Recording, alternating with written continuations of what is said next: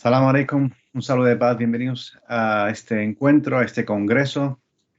Les doy la bienvenida a todos. En primer lugar, me gustaría, de nuevo, dar la bienvenida a este congreso Cálamo 2022, este segundo congreso que organizamos este año. Lo hemos tenido que hacer de una forma virtual por las circunstancias. Y antes de comenzar, explicar un poco cómo funciona esto. Para los que quieran luego comentar o preguntar o aportar, abajo, al pasar el ratón encima de la pantalla, tienen una pestaña que se llama chat y le dan ahí y pueden escribir en el chat y ya el equipo se encarga de recoger las preguntas o los comentarios. En segundo lugar, me gustaría explicar un poco los cambios que ha habido, ¿no? Transmitirles las disculpas por parte de la doctora Dolores Bramón, que es la que iba a empezar las ponencias, pero bueno, debido a su estado de salud, pues no ha podido ser para la próxima. Y lo mismo para Aisha Fernández, ¿no? Bien, dadas estas explicaciones iniciales, explicamos un poco lo que es el Congreso. El Congreso es un espacio para compartir ideas, para divulgar pensamiento y un punto de encuentro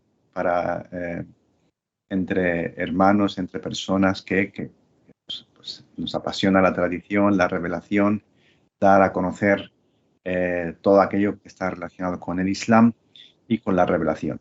El tema de la ponencia que escogí para esta charla es la cuestión del shukr, que explicaremos lo que significa, pero entendido como un potencial del ser humano. Y esto lo elegí así debido a la temática del Congreso, y es qué es lo que puede aportar la revelación en el siglo XXI, es decir, la revelación coránica. Y si bien es cierto que en la presentación de este congreso se planteaban preguntas, ¿no? Se ponía una serie de premisas, y es que se habla del legado musulmán como algo que se aporta en el pasado, pero poco se habla de lo que puede aportar la tradición coránica en el presente.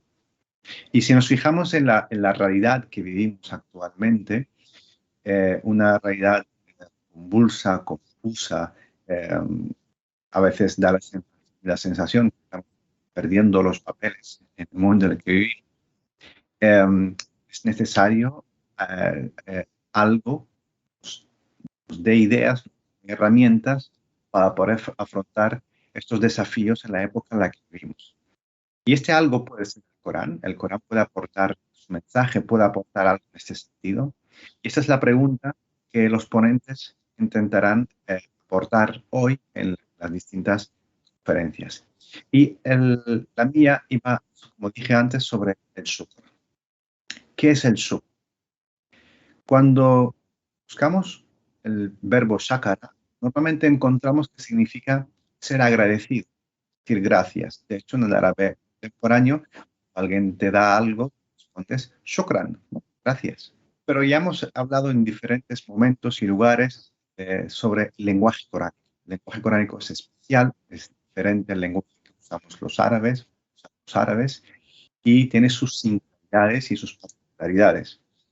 Y para conocer lo que significa un término del Corán, realmente es muy difícil hacerlo fuera del Corán. Es muy complicado, porque son tantas las singularidades del texto coránico que solo se puede entender desde su esquema, desde su propia cosmovisión interna. Tenemos otro término que se parece a esto de ser agradecido, ¿no? Es el término al-hamd. Decimos hamada yahmidu hamdan, es decir, cuando dice alhamdulillah, por ejemplo, damos gracias a Dios. Y el hamd es un conocimiento, una aceptación de una realidad, donde decimos que siempre hay bendición en todas las realidades, incluso aquellas que son más dificultosas, aquellas en las que sentimos o percibimos que donde sentimos sufrimiento, incluso donde sentimos carencias, donde sentimos eh, deseos de superar un momento de tribulación, decimos alhamdulillah igualmente.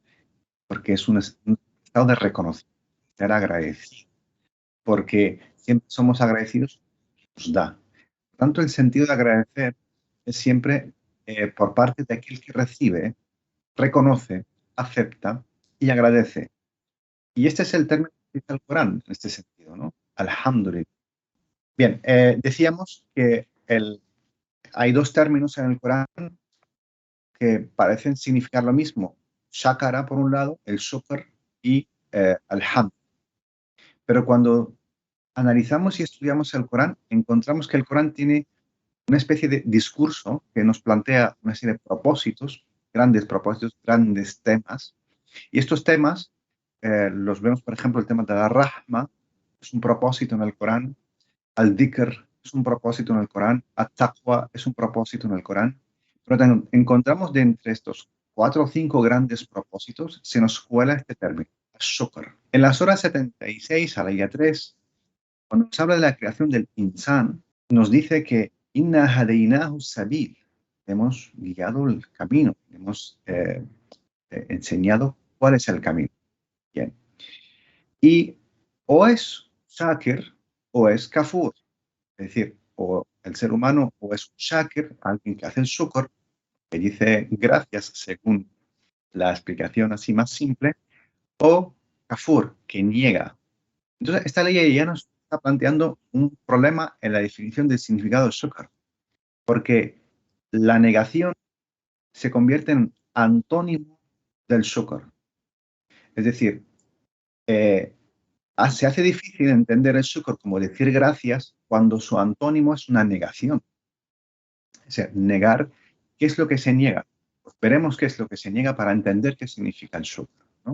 Dice en otra Asora 2, ahí es 152, Fadkuruni adkurkum, washkururi wala takfuru, ¿no? Tenedme presente, dadme, y os tendré presente. Y dadme las gracias y no negáis. Es un poco confuso esto de que shukr aquí venga a significar gracias, ¿no? En otra Asora nos habla cuándo hay que, por qué hay que hacer el shukr. Y para nosotros estamos aquí planteando preguntas a medida que vamos leyendo las leyes. Este es el método para entender el Corán. El Corán, para comprender un concepto, exponemos las leyes, hacemos tartil, las exponemos y las conectamos, y poco a poco se nos va descubriendo el significado del término. Esta es la forma de entender el Corán desde el Corán, porque no se puede entender de otra forma. De otra forma entraremos en muchas contradicciones y carencias conceptuales. Dice en la Sura 2, a la 172, Ya ayyuhalladhina amanu kulu min at-tayyibat ma razaqnakum washkuru lillahi in kuntum iyyahu ta'budun. Es decir, o gente, o aquellos que habéis creído o tener certeza o seguridad o confianza, como queremos traducir esto, comed de aquello que es agradable, aquello de lo que hemos prohibido. Y decir, washkurullah. Claro, aquí en esta ley ya sí podemos entender o se nos puede parecer que el shukr es dar gracias, porque nos está hablando de que algo que Dios nos da, algo material, aquello que nos alimenta, aquello que se nos provee de ello. Dice, si realmente a Dios ta'budun, solemos traducir por adorar, pero es un significado que realmente significa seguir, es decir, seguir sus directrices. Eso es lo que significa abad de abud en el Corán. Pero bueno, eso sería otro tema. Por lo tanto, cuando leemos una ley así, sí es cierto que parecería que está diciendo, ya que Dios os está proveyendo de alimento y provisión, lo suyo es que seáis agradecidos. Estáis recibiendo y por lo tanto debéis ser agradecidos. Y aquí parecería ser que estaríamos aceptando que efectivamente estamos siendo agradecidos con Dios porque nos provee de alimento y sostén y provisión. Pero luego hay una serie de leyes que este significado se convierte en algo complicado de entender, ¿no? Por ejemplo, en la Sura 2, a la ley 185, dice شهر رمضان الذي أنزل فيه القرآن هدى للناس وبينات من الهدى والفرقان شهد منكم الشهر فليصمه ومن كان مريضا وعلى سفر فعدة من أيام أخر يريد الله بكم اليسر ولا يريد بكم العسر ولتكملوا العدة ولتكبروا الله على ما هداكم لعلكم تشكرون. Esta ley nos está hablando de que el mes de Ramadán es un mes de abstinencia. No es un mes de alimentos, sino generalmente se designa como de abstinencia. Esta abstinencia que está prescrita para la gente, donde que habla del mes de Ramadán, donde se ha hecho descender el Corán como guía y capacidad de discernimiento para el ser humano, en este mes de abstinencia está puesto por si nosotros lleguemos. El propósito de esta abstinencia es para alcanzar el súper. Claro, antes en otra ley entendemos cuando se nos da algo, ¿eh? Entonces entendemos que seamos agradecidos y decir gracias, ¿no? Reconocimiento. Pero aquí se nos pide abstinencia. Entonces aquí el concepto de agradecimiento ya no es de recibir, sino de no recibir. Y se hace complicado mantener el mismo significado en esta ley.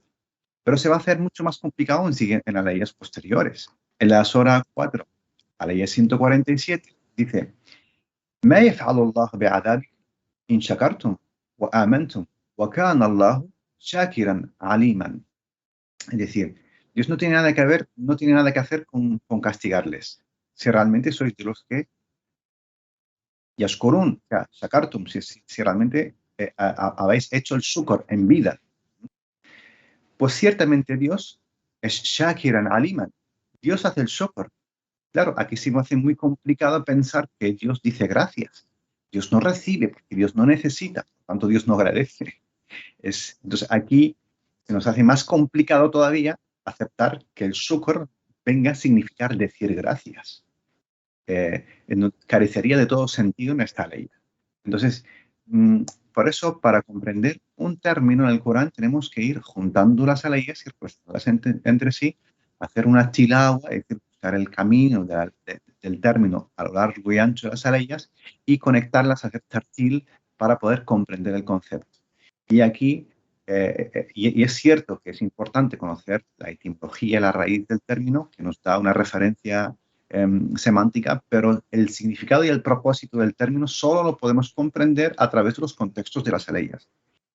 Lo otro es una ayuda, pero no nos explica exactamente con todos los detalles el significado hasta que lo apliquemos en los contextos distintos y luego los conectemos entre sí. Por lo tanto, aquí el shukr o shakara no puede significar gracias, es decir, gracias, un reconocimiento de algo que se da. Tiene que significar otra cosa distinta, ¿no? Seguimos buscando y haciendo preguntas porque queremos descubrir por qué el shukr es uno de estos grandes propósitos en el Corán junto con el taqwa y el rahma y el dhikr.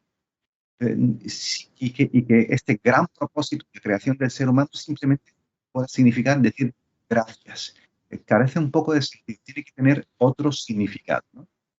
En las horas 5 y 6 dice: Ya ayyuhalladhina amanu idha qumtum ila salati faghsilu wujuhakum wa aydikum ila al-marafiqi. Es decir, esta aleya de las horas 5 a la 6 nos explica la preparación, purificación ritual, porque aquí salat en el contexto de esta aleya no se refiere al salat de la obra, de la vida, sino se refiere al salat del recuerdo, de tener presencia en Dios, de invocar a Dios, y por lo tanto, por eso nos explica los procedimientos simbólicos de purificación previo al ritual. Y nos dice que tenemos que lavarnos las manos, y la cara y la cabeza, los pies. Continúa hasta el final y dice: no quiere que tengáis un dilema de dificultad en esto, pero quiere purificaros. ¿Por qué? ¿Por qué Dios quiere purificarnos? Quiere purificaros para completar su bendición sobre vosotros. Ajá. ¿Con qué fin? Por si hacéis el shukr. Claro, un procedimiento tan trascendente como este, de purificación, completar las bendiciones otorgadas al ser humano, para que al final decir gracias. Aquí el shukr vuelve a plantearnos un reto de comprensión. Tiene que tener otro significado. El mismo modo que Dios no dice gracias. No tiene sentido. Que Dios no recibe, Dios da. Y ya estoy presentando una de las primeras claves del significado del el que da. Pero vamos a comprobar que efectivamente eso es así. Vamos a descubrir con todo lujo de detalle qué es lo que viene a significar el shukr. El shukr es una expresión, es un sentimiento, una emoción, un estado de reconocimiento nada más, es otra cosa. Seguimos leyendo el Corán para descubrir el significado del shukr. Dice, Allah nos explica nuestros signos, nos explica sus signos en el Corán, dice en la sura 5 a la 89, كَذَلِكَ يُبَيِّنُ اللَّهُ لَكُمْ آيَاتِهِ لَعَلَّكُمْ تَشْكُرُونَ. Así también Dios os manifiesta, os explica, os detalla, muestra sus signos por si, fin de que tashkurun, lleváis a cabo el shukr. Wow, esto sí que es algo mucho más importante que decir gracias.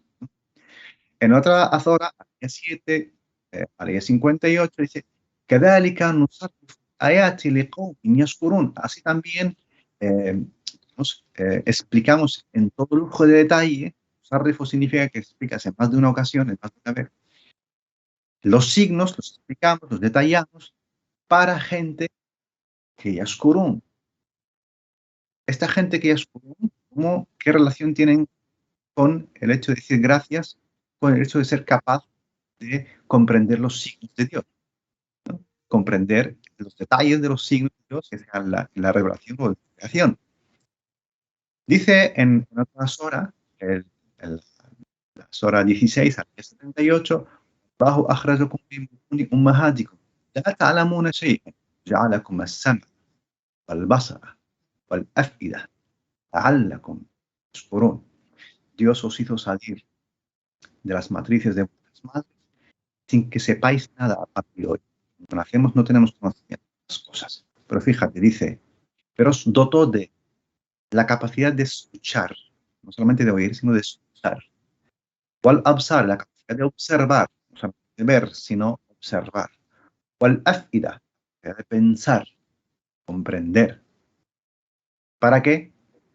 Para que tashkurun, para decir gracias.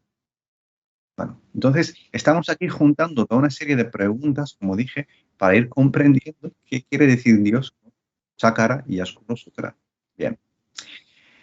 En otras horas dice, هو الذي أنشأ لكم السمع والأبصار والأفئدة قليلا ما تشكرون. Él es el que os ha dotado de la capacidad de escuchar, la capacidad de observar y la capacidad de pensar y comprender. Qué poco es lo que agradecéis, según el significado que nos dan muchos intérpretes o algunos traductores. Y continuamos así porque repite la cuestión de Sam'a wal Absara wal Af'ida y la relaciona con el shukr. En otra zora, 32.9, lo mismo. Thumma sawwahu wa nafakha fihi, cuando diseñó al ser humano y insufló soplo, su espíritu, ¿para qué? Para que haga surgir en él as-sam'a, capacidad de escuchar otra vez, absar, observar, wal afida, comprender, pensar. Jalil al-Matasku, y lo vuelve a repetir de nuevo. Es decir, ya estamos viendo poco a poco el shukr con qué tiene que ver, con una serie de bendiciones otorgadas, no solamente la provisión que mantiene la vida, que puede ser el alimento y otras provisiones, sino también la capacidad de vivir esa vida y interactuar con la vida mediante una serie de dones internos otorgados, dotados, son la capacidad de escuchar, observar, comprender, ¿vale? Pero ya estamos viendo aquí que el shukr no puede ser agradecer esas bendiciones que se nos dan, tiene que ser otra cosa, porque si no, Dios no agradece, a Dios nadie le da la capacidad de conocer, la capacidad de crear. Eso es algo que Él se otorga a sí mismo, porque Dios es autosuficiente, es Ghaní. Así que, ¿qué es lo que puede significar el shukr? Pues la clave la vamos a encontrar, es la que nos va a conectar todo el resto de aleyas. Bien, en la sora donde nos habla de la historia de Daud, la casa de David, es sorprendente porque es donde está la clave dice, nos habla de todos los dones, la capacidad que se dio a la casa de David, solamente la ciencia, el conocimiento, el poder, el reinado, el diseño, la construcción, lo que los jinn hacen por David y Suleimán, sino que además él les dice, وَعَمَلُوا آلَ دَاوُدَ شُكْرًا. Y aquí está la clave que conecta todo el significado de las leyes anteriores. El Corán en este caso, al shukr, no lo llamó una expresión, decir gracias, o no es solamente una sensación de aceptación. No solamente es una expresión, un estado de reconocimiento, de decir, se me ha dado esto, voy a decir gracias, sino que la ley le está diciendo a la casa de David, obrad el shukr. I'malu shukra. Y al decir i'malu shukra, entonces observamos que el shukr es una obra y no es una expresión, son palabras, son acciones.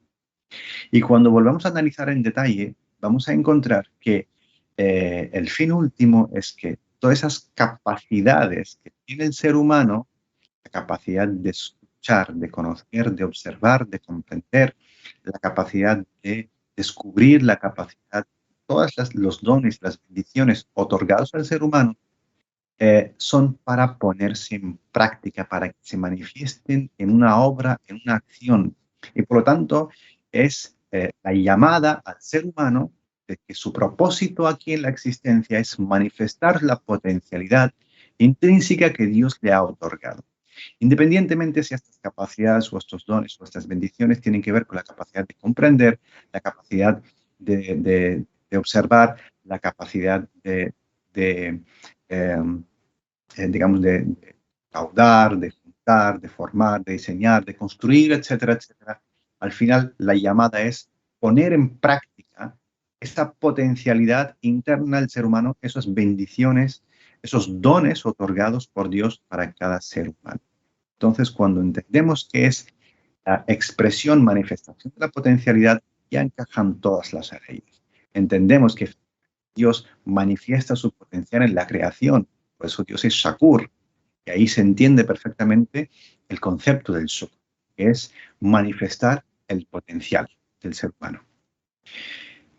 Eso sí le da sentido que el propósito del ser humano es o manifestar su potencialidad otorgada por Dios, o negarla, oprimirla, censurarla, ahogarla. Cuando, un ejemplo muy práctico, muy sencillo, si yo tengo la capacidad de alcanzar una meta determinada, esa meta es constructiva, es beneficiosa para mí, para mi entorno, para todo lo que hay alrededor, entonces mi responsabilidad como criatura es manifestar ese potencial, alcanzar esas metas. Es decir, poner en práctica, poner en funcionamiento, operar las bendiciones otorgadas por parte de Dios. Y eso es lo que viene a significar las aleyas de pocos son los que agradecen, es decir, pocos son los que ponen en práctica los dones y las bendiciones otorgadas por parte de Dios. Bien, ¿esto qué tiene que ver con que el Corán ofrece este conocimiento que nos puede servir a la humanidad? Dios define la humanidad, la humanidad adamíes, son una criatura dignificada por Dios. Cuando el ser humano adquiere conciencia de que es un ser digno, entonces interactuará con la creación con dignidad y expresará, manifestará la potencialidad, aquellos dones otorgados por parte de Dios. Entonces, si analizamos la realidad del ser humano y observamos que gran parte de su fracaso, es decir, la generación de violencia, destrucción, corrupción, etcétera, etcétera, no es más que el fracaso de la conciencia. Es el fracaso de no poner en práctica el potencial humano, es decir, todos esos dones y bendiciones otorgadas para que el ser humano manifieste su potencialidad en la creación. Por lo tanto, cada individuo, cada persona está llamada a poner en práctica, a manifestar, a materializar esos dones, esas capacidades que tiene, a practicar el shukr en la vida. Cuando practicamos el shukr en la vida, es cuando realmente fluimos en el orden divino. Aquí vamos a tener que hacer referencia a algunas leyes. Cuando Allah dice en el Corán, yusabbihu lillahi ma fi samawati wal ard, es decir, todo cuanto hay en los cielos y la tierra, es verdad que algunas traducciones dicen glorifican a Dios. Bueno, está bien glorificar a Dios, pero no sé si el significado de yusabbihu lillah. Yusabbihu lillah viene del verbo sabbaha, que su raíz es sabaha, que es nadar, huir, pero cuando se le pone la shadda en medio, sabbaha, en vez de sabaha, sabbaha, es decir, la P está duplicada, la shadda indica repetición de la acción, es decir, hacer una acción de forma continua en el tiempo, es decir, fluir constantemente. Entonces, cuando decimos la ley que dice todo cuanto hay en los cielos y tierra fluye en el orden divino, fluyen para Dios, entonces estas criaturas o estos elementos eh, expresan su mayor potencialidad fluyendo en el orden divino y por lo tanto están armonizados con el orden divino. Así también el ser humano, a pesar de tener voluntad y poder elegir entre practicar el shukr o negarlo, está llamado a practicarlo. Es decir, por lo tanto, cuando él manifiesta su mayor potencialidad interna, aquellos dones otorgados por Dios, entonces el ser humano fluye en el orden. Cuando fluimos en el orden divino, nosotros nos armonizamos. Por lo tanto, no lo corrompemos, no lo interrumpimos, no impedimos que todo fluya. Y esto de fluir es realmente omnipresente en el discurso del Corán. Se expresa de diferentes formas dependiendo de qué se está refiriendo. Por ejemplo, cuando decimos gastad para los necesitados, para los huérfanos, para la familia, para ti, para lo que sea, gastad, Allah dice, es el término nafaq. Nafaqa viene de nafaq, que es una especie de túnel, por lo tanto, las bendiciones no pueden ser interrumpidas, tienen que seguir fluyendo. Es decir, lo que se te da, por ejemplo, de bienes materiales, no puedes apresarlos, sino que tienes que dejar que fluyan. Y todo, a pesar de que están hablando en distintas dimensiones, todo está dentro de la misma visión general. Todo fluya. En este caso, el shukr es para que el ser humano fluya en la existencia.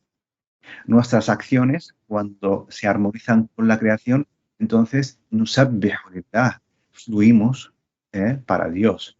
Cuando damos al necesitado, entonces las bendiciones, en este caso materiales, siguen fluyendo. No interrumpimos el flujo, no interrumpimos lo que es el orden divino. Y lo que hacemos es manifestar nuestra armonía con el mismo. Encajamos a través de nuestras acciones comprendiendo esto, digamos que no alteramos el orden. Y por consiguiente, este pensamiento, esta filosofía, estas enseñanzas coránicas son extremadamente necesarias en un tiempo tan convulso como el que vivimos, donde las filosofías excesivamente materialistas, muy interesadas, donde lo principal ya no es la dignidad del ser humano, karramna bil no es el karama, sino prácticamente se ha sustituido todos los términos.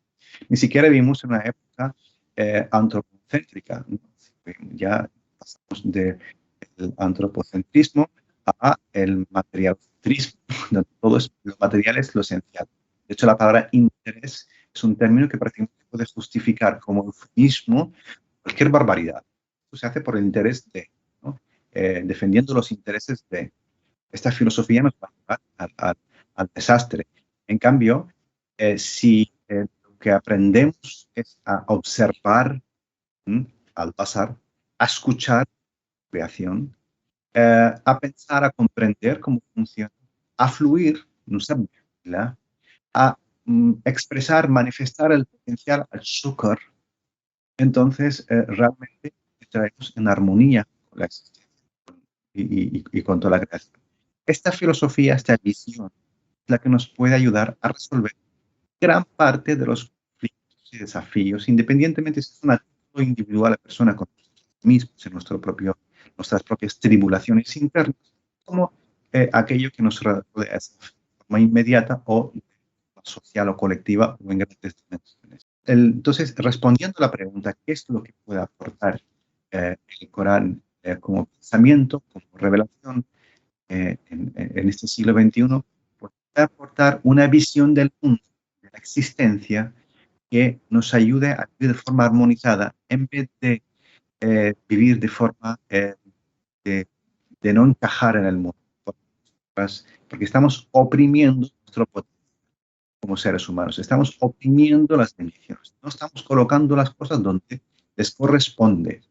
Y aprender este pensamiento del discurso del Corán creo que es un principio básico para crear una forma de pensar, una forma de vivir, una forma de comprender, donde el ser humano está llamado a fluir y no está llamado a interrumpir el flujo.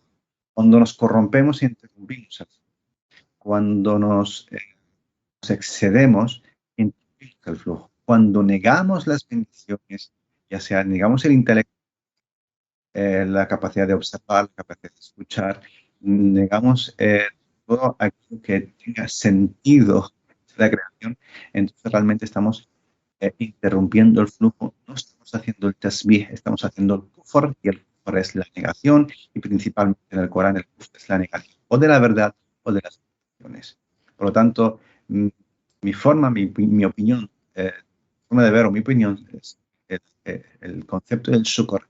Creo que es un fundamento esencial, básico, dentro del pensamiento, dentro del discurso coránico, como filosofía de vida, que nos plantea una alternativa para solucionar el modo en el que interactuamos, pensamos, observamos y construimos la realidad, esa construcción mental, esa cosmovisión que tenemos sobre la realidad.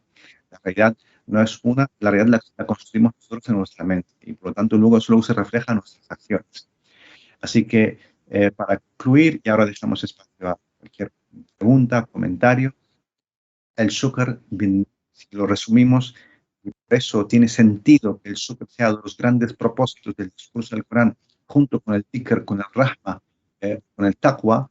Entonces, entendido así, tiene todo el sentido del mundo que el shukr sea de los grandes propósitos de la revelación coránica. Y tiene sentido que Allah sea shakur, porque Allah manifiesta el potencial, su potencial, la creación misma no es más que un shukr, que Allah es la manifestación del potencial divino.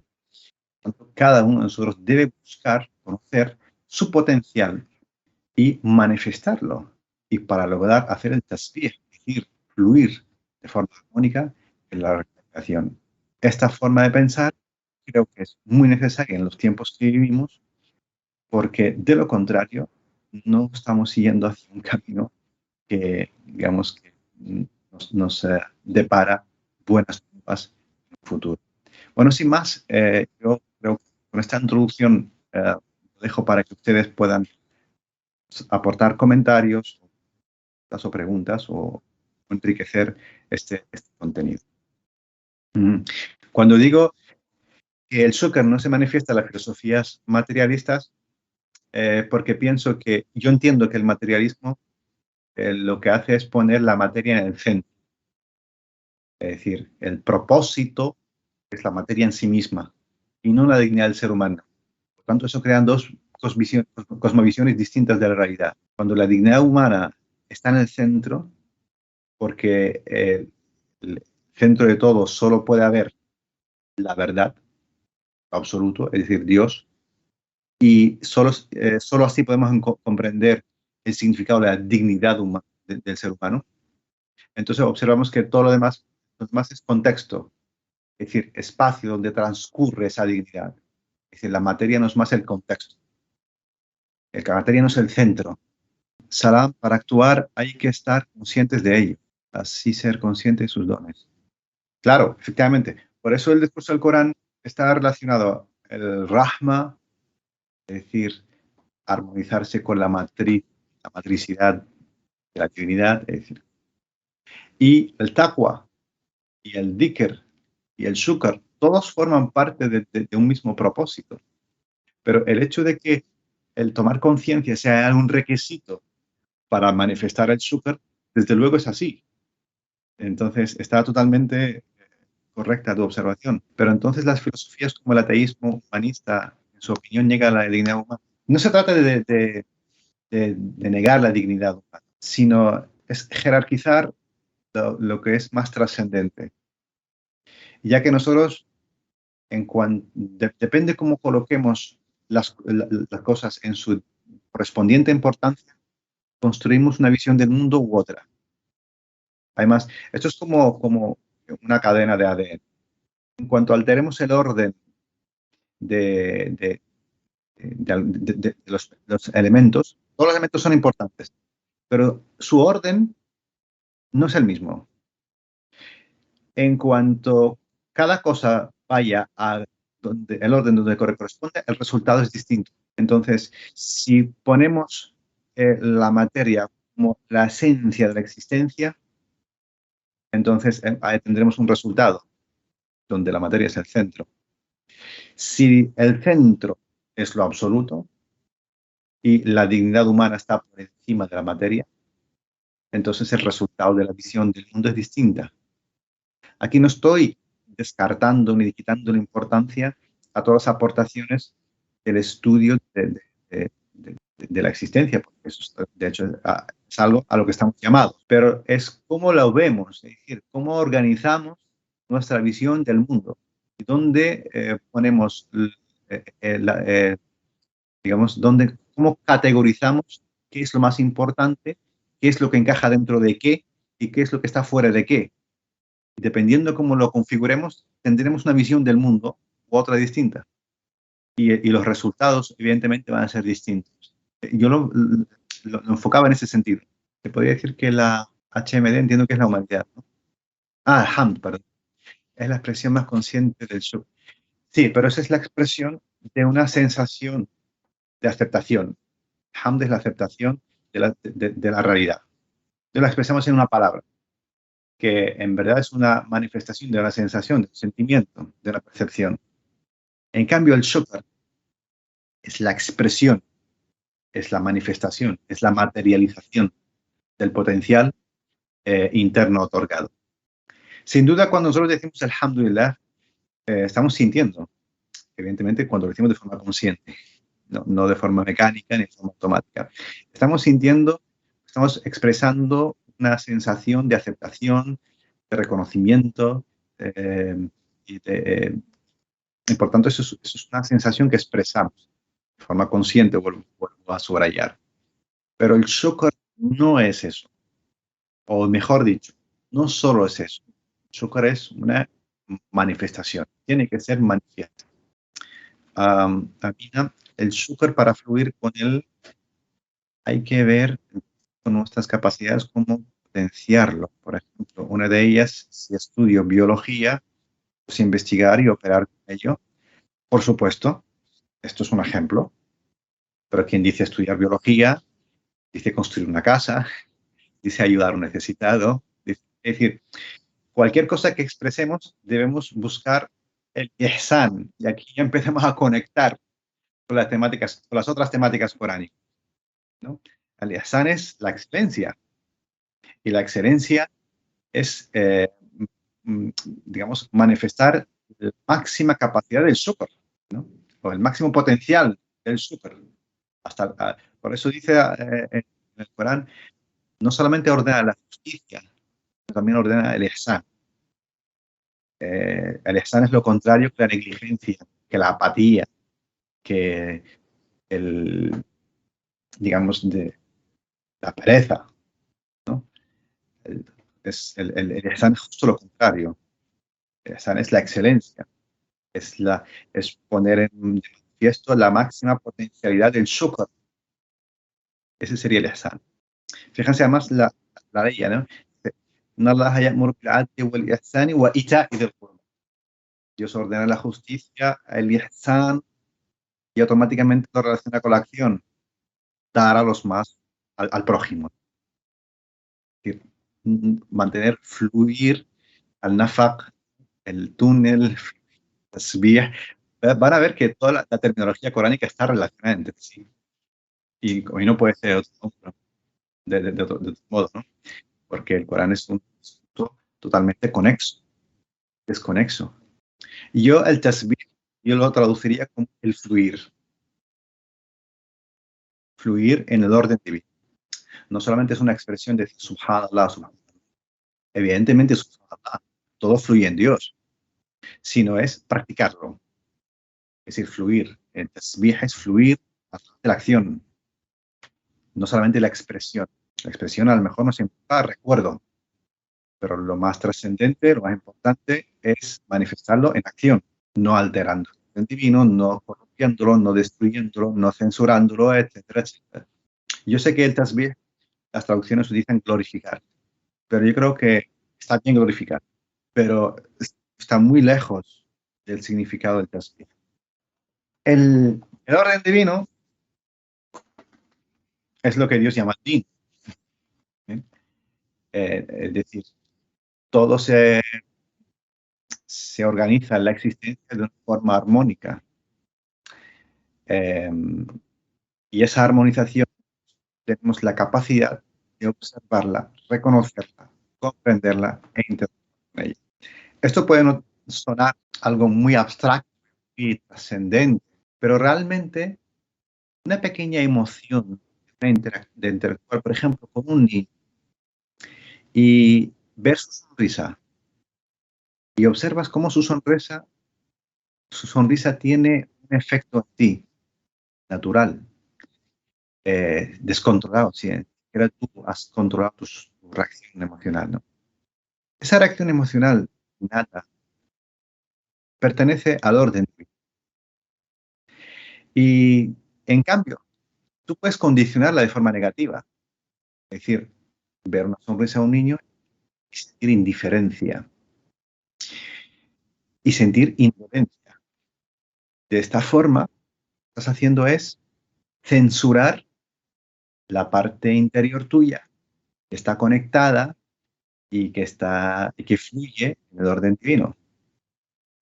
Entonces, en este pequeño gesto, nosotros podemos ser o shakur, kafur, es decir, o alguien que se deja fluir, que reacciona de forma natural con esa sonrisa, o podemos oprimir, negar, y entonces sentimos indiferencia e indolencia de la sonrisa de un niño.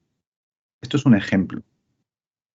Por lo tanto, vamos a encontrar que el shukr se manifiesta en todas las dimensiones de la vida, desde el detalle más insignificante hasta las cuestiones que consideramos más trascendentes o más complejas. Hablaría de una dimensión igualmente horizontal, siendo esta vocación mundana o profesional, por ejemplo, hacia el prójimo, y vertical, siendo esta última hacia Dios. Uh-huh. Claro.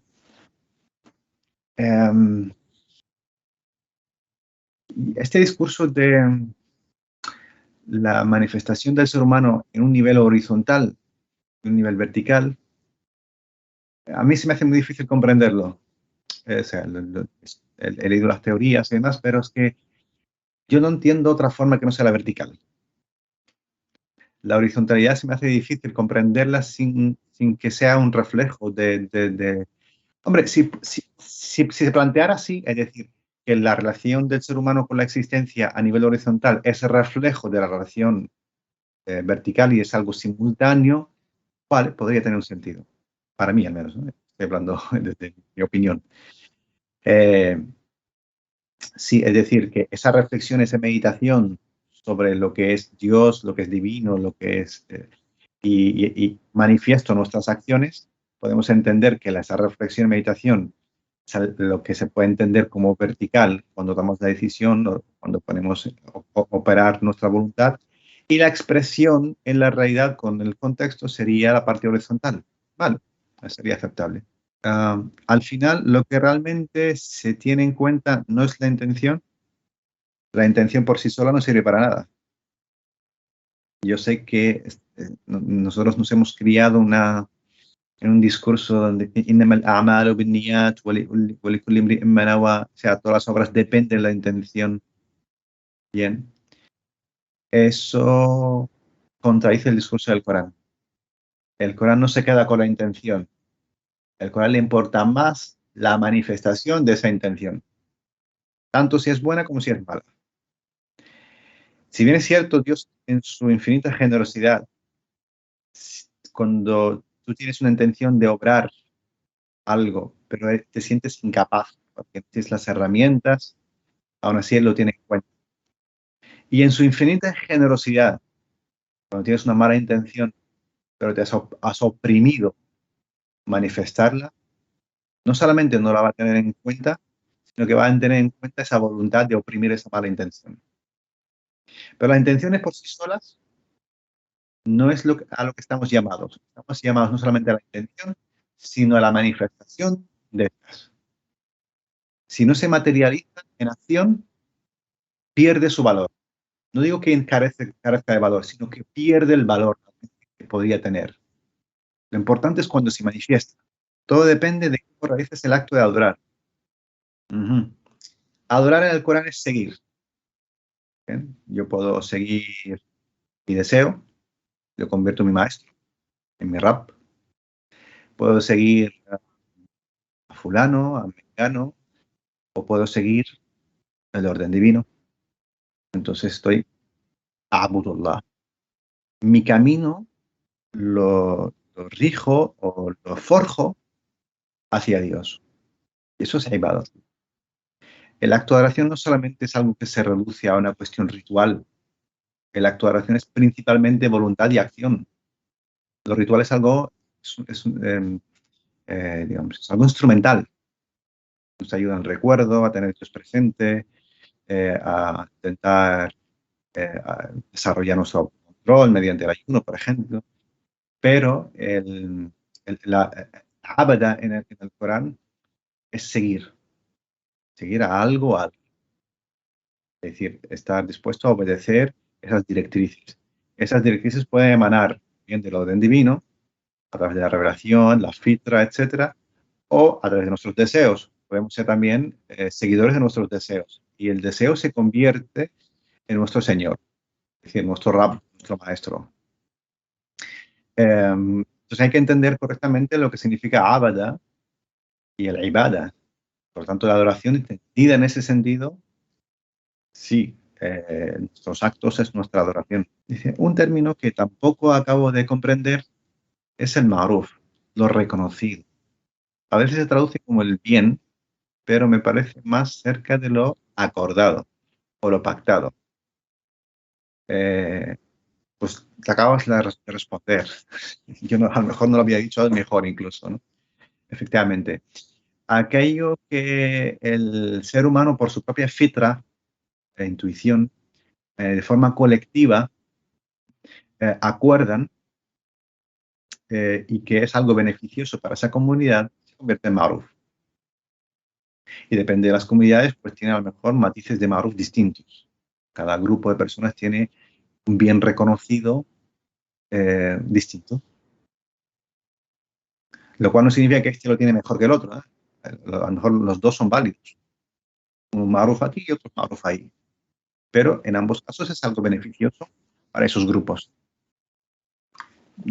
Entonces, negar pecado formaría parte de la evolución. No cuenta mucho. No entendí la pregunta. Negar no sería pecado, formaría parte de la evolución. Si me podrías explicar, detallar un poco este comentario, porque la palabra pecado ahí sería un poco.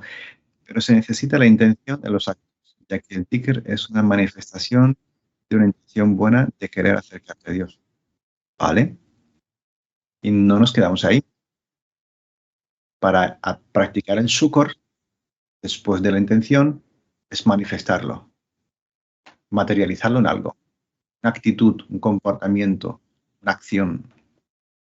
No solamente es una intención como una idea abstracta, un deseo interno que se queda vacío porque luego no tiene manifestación. La intención es necesaria, pero la manifestación debe realizarse de forma precisa y esforzarse para que esa acción se lleve a cabo de forma beneficiosa. Por ejemplo, si tenemos la intención de realizar una acción y no estamos preparados para ello, debemos prepararnos y entonces, claro, esa es la verdadera intención.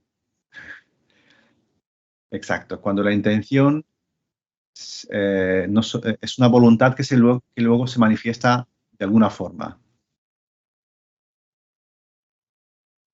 Lo que no estoy entendiendo, Asma, es el concepto de evolución. No sé a qué te refieres.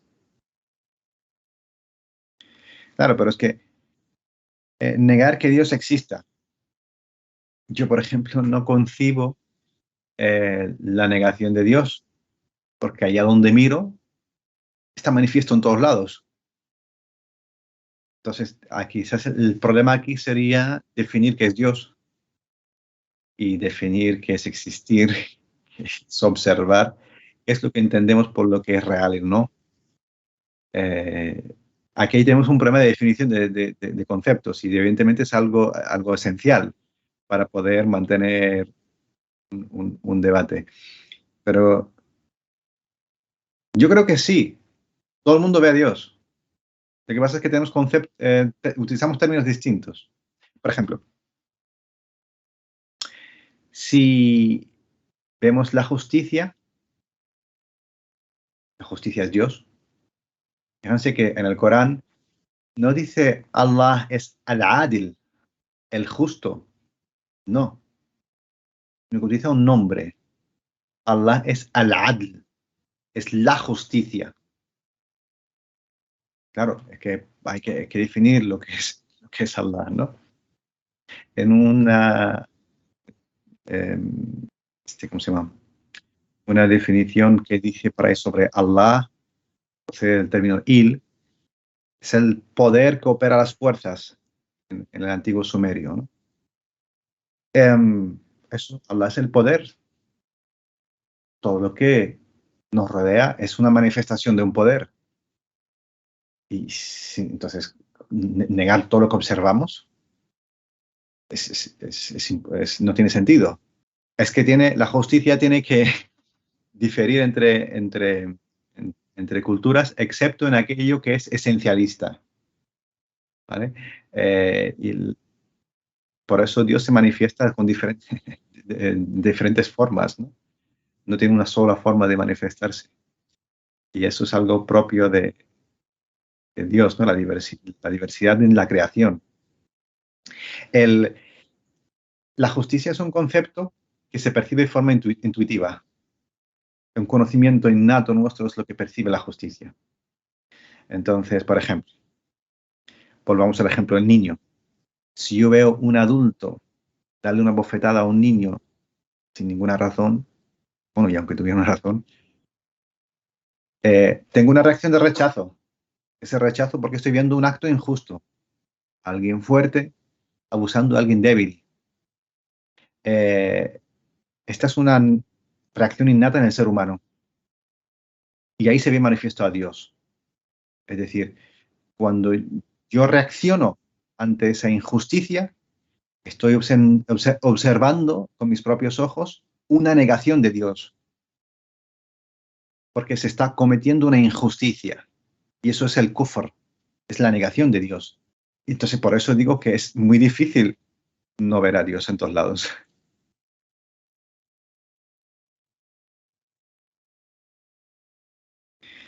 Y si acabáramos de una vez por todas del juicio de Dios, decía Antonín Artaud, y habláramos de Allah, nos aclararíamos más. Decía uno que las palabras las carga el diablo, ¿no?